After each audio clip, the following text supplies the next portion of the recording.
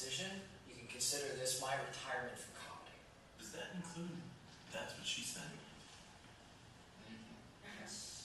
Wow, that is really hard. You really think you can go all day long? Well, you always left me satisfied and smiling, so. That's what she said. Why did you get it so big? So once again, this is an example where humor can become offensive and where you have to make sure that you're not crossing that line between humor and harassment. Finally, we just want to recap by saying that humor can be beneficial to workplaces by helping to reduce employee stress, sparking creativity, creating effective communication, building relationships and organizational culture, and helping employees and organizations stand out from all other employees and organizations, standing out from the crowd.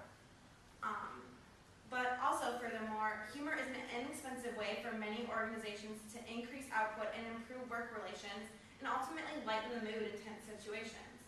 However, organizations do have to be cautious of their humor going too far and crossing that line between humor and harassment. Humor can easily turn into harassment and offend individuals. Thus, organizations have to make sure that this line is not crossed. So one thing we did was we set in place some final suggestions for setting a humorous tone in the workplace that shows that it's okay for employees to, have fun and use humor and have a good time. Furthermore, these suggestions also help to ensure that humor does not, cross that line and get out of control by turning into harassment. So the first suggestion that we want to talk about was employees and employers should read and watch more humor with an analytical eye. So by doing this, they can analyze what actually makes the humor funny, or ask, constructive questions like, could some individuals find this humor offensive? A second suggestion we have is looking for safe opportunities to use humor. So this could include, slipping humor into a meeting agenda or during a small presentation. And like we said before, this just creates an open environment where people feel more comfortable, approaching their employers about certain things and using humor. Another option is, creating a humor bulletin board in the office so that individuals know that humor is accepted there or even encouraged in that organization.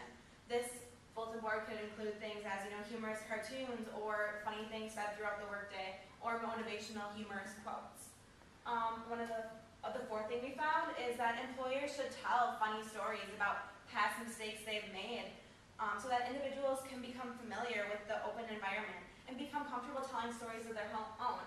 Also, this will show that their employers are human and do make mistakes and that they have moved past those mistakes. So it has a lot of underlying ties in that.